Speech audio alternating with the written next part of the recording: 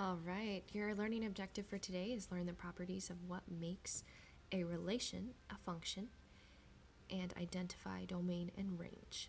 Your homework is section 3.51 to 23 odd.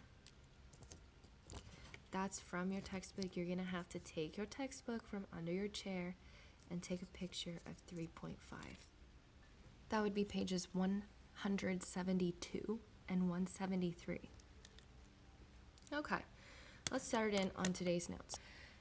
When's your birthday? All right, I am disappointed I'm missing out on this activity. It's really just me asking when your birthday is. But I'm going to just give you some birthdays that are people important to me, and then we're going to discuss. You don't need to copy this down because these are people that have important birthdays to me, not necessarily to you. But what we want is to see some birthdays, and then to see if there's anyone that has birthdays on the same day. If there are two people in the class that have birthdays on the same day, so collect like 3 or 4 birthdays from your classmates, or just make some up. Okay, and then I decided that Bob was gonna have the same birthday as me. Okay, so Dan has his birthday on February 19. That's my dad. Lois, she's on December 16. That's my mom. Brent, April 19. That's my husband. And me, November 10. And Bob, he also has his birthday on November 10. I don't know who he is, but he's got to be out there. So instead of writing November 10, I'm just going to make these little arrows, because Bob and I share the same birthday.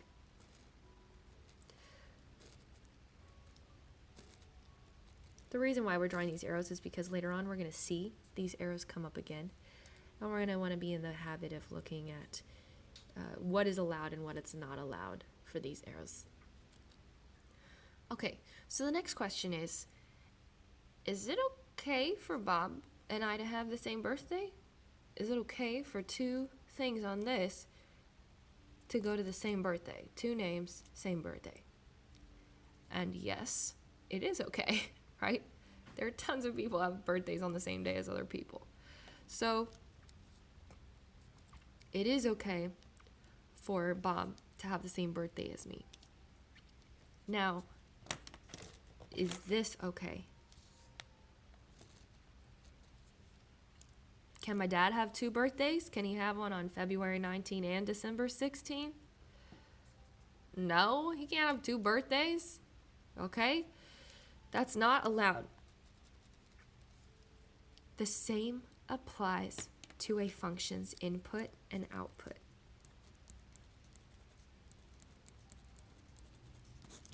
So we have the input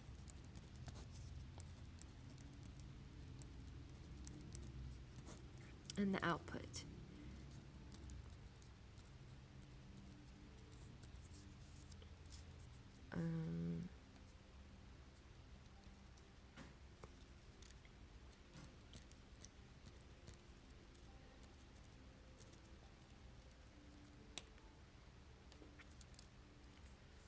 So what we have, if you put in 1, then you get out 10. If you put in 2, you get out 15. If you put in 3, you get out 25.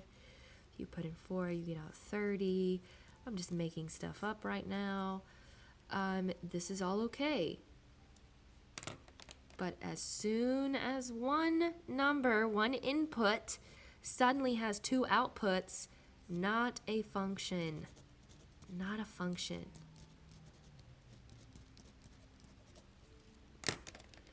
So the definition of a function is it's a relationship, usually between x and y's, your ordered pairs.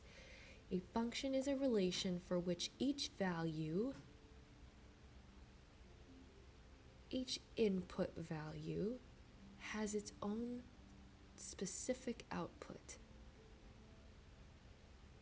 Not its own specific, has only one output. Sorry. So let's say that again. Each input can only have one output. That is what makes a function. So let's write the definition. A function is a relation, and a relation is just a set of ordered pairs where each input, oftentimes x value, has exactly one output. Remember, two different people can have the same birthday. Two different x's can go to the same y, but the same x cannot go to two or more y's. It can only have one output.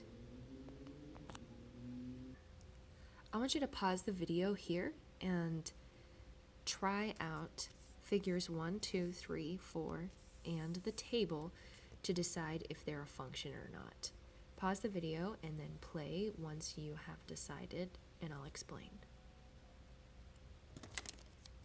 All right, so we have each input has its own output. Awesome. Is this a function? Yes. All right, 2 goes to 4. Again, each input has its own output. So figure 2 also shows a function. 1 goes to 5 and 3. 1 cannot have two outputs. One person cannot have two birthdays. Not a function.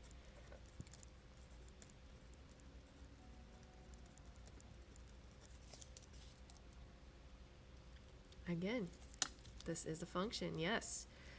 It's nice with the arrows because we can kind of see when you have two arrows coming out of one number, that means it's not a function.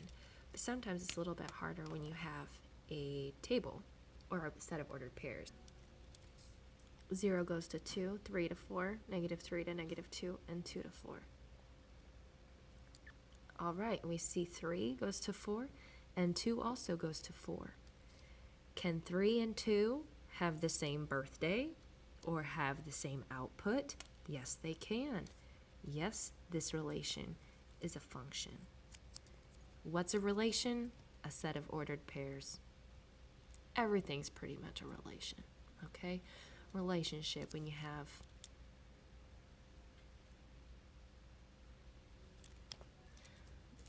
relationships between input and output values. So now we're going to check based on the graphs. Check graphically for if it's a function or not. And there's something beautiful in mathematics called the vertical line test. And it states that if you can draw, for any vertical line that you can draw on this graph, it should only intersect the actual graph, the curve or the line or whatever's happening. It should only intersect it one time. If this graph, this curve hits any of my vertical lines that I'm using as a test more than one time, then this is not a function. So let's test it. Or let's write our definition first. Each vertical line that you're going to draw as a test, okay, crosses the function only once.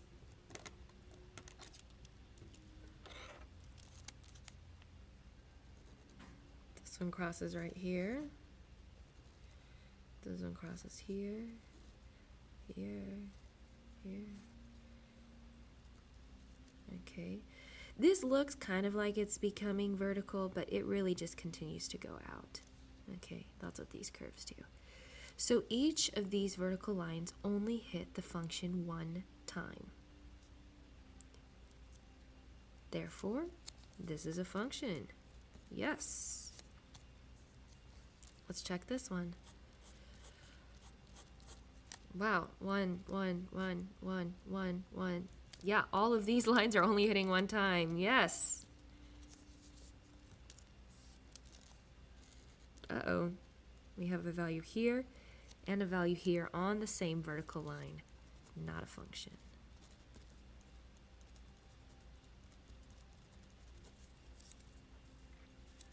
This one, this is kind of a weird function because, or if it's a function, I don't know. This is kind of a weird relationship because it's in pieces. So it's called a piecewise function.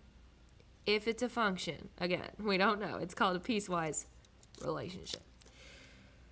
So we test and we see we're getting up to one of these holes. I don't know how well you can see that. This hole is not part of the graph. So since it's not included, since it's not filled in, -2, 0, this point, is not a part of the actual graph. Everything approaching that point is, but not that point. So -2 only truly has one output, and that's 1. -2, 1. -2, 0 is not a part of the graph because it's not filled in. So be aware of that. If you cross an open circle, that doesn't count as having crossed the function another time. So when I draw this line, yes, I seemed to cross the function in 2 places, or if it's a function, again. But if one of those places was an open circle and one was solid, then the solid one is the only place where I actually cross the function.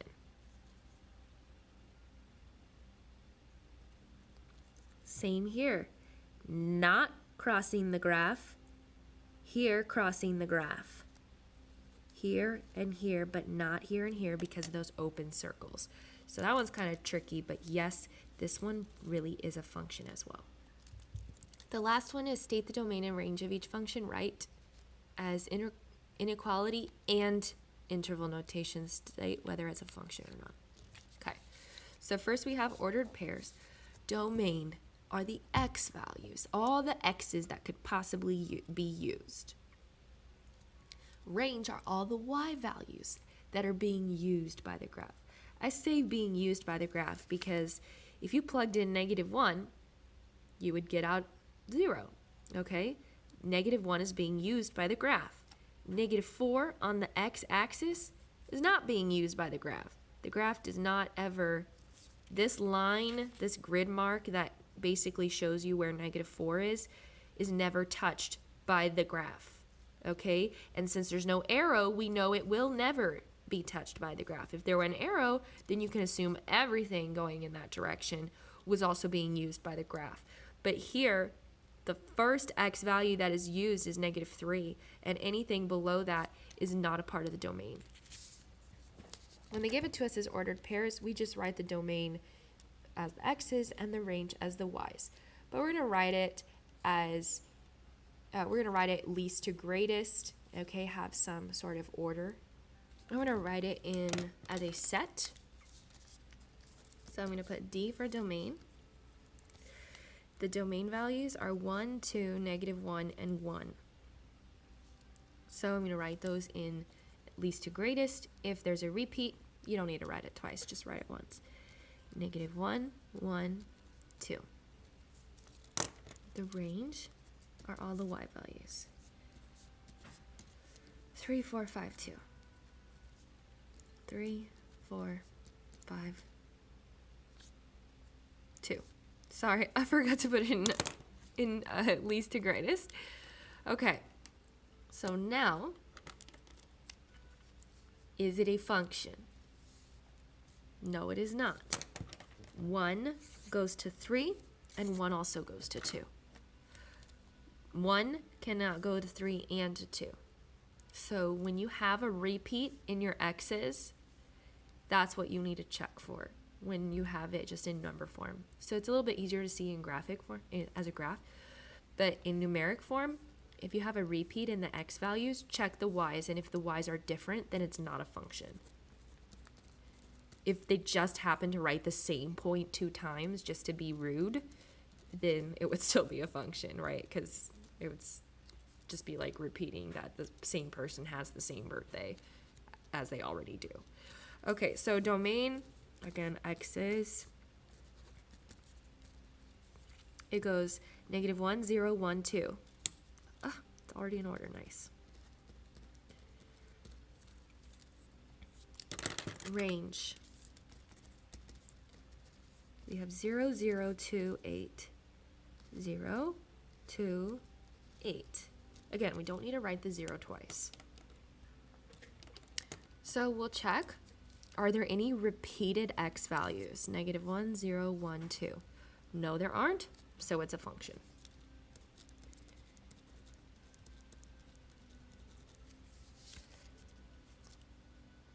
State the domain and range. Okay. Domain, remember, focuses on the x-axis from left to right. So the furthermost point to the left is this one right here.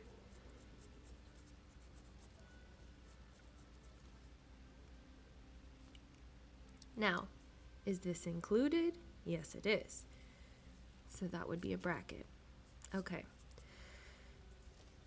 The furthermost right point that this graph uses is 2, as far as x's go, right? We just care about the x part. Okay, so this is the interval for which x's this graph uses, okay? So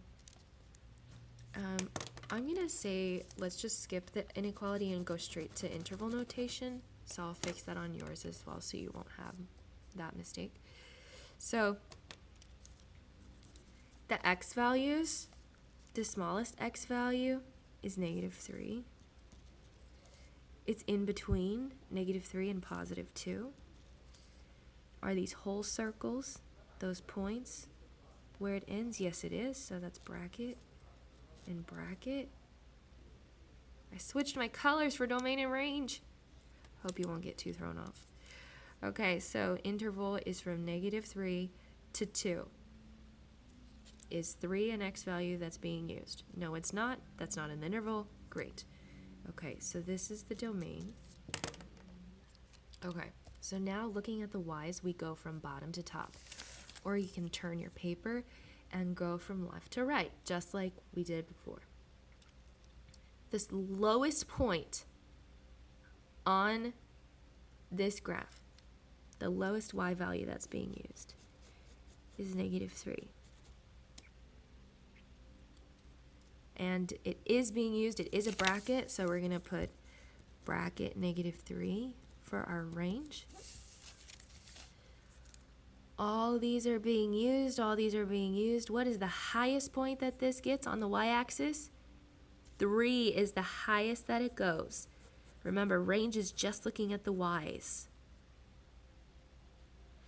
So it doesn't have to be the highest that this part goes. It has to be the highest it ever goes within this interval. Okay? So now, -3 to +3 included. Now, this does not have a dot here, right? But if you have a solid curve, then that counts as being included. That counts as a bracket. The only time we'd write parentheses is around infinities or asymptotes or wholes. And we'll get to know asymptotes later on. I know, it sounds like a funny word. So -3 to 3, and it is included because there was no whole.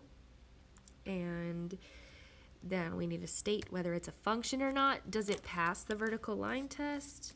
Yes, it does. It's a function.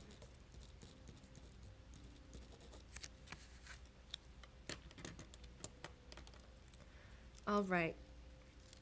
The smallest x value that's being used, I would say, is -4. In fact, -4 actually isn't being used. So let's actually put a parenthesis on -4. All these x values have a y, have a y, have a y, okay, up until 2. Now, is 2 included as an x value? Yes, it's not a whole.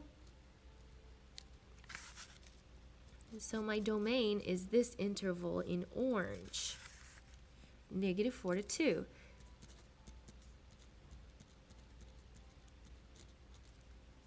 A whole means parentheses, solid means bracket. Now we'll do the range. The lowest y value, not on the y-axis. Do you see the lowest y value on the y-axis, on the Like on the x-axis is 0, but the lowest that this gets is really -1. And there's no hole, so we're going to put brackets. It goes all the way up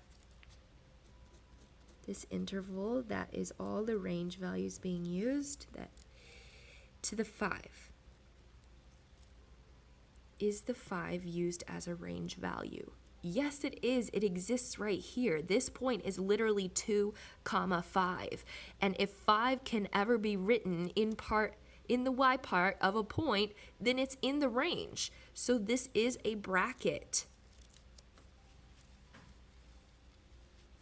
So even though -4, 5 was not a point that was on the actual graph, 2, 5 was, so 5 was still part of the range.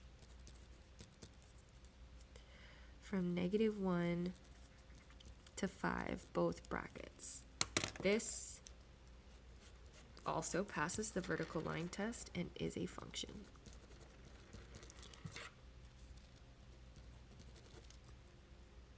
That's it for today. You have your quiz 3 tomorrow.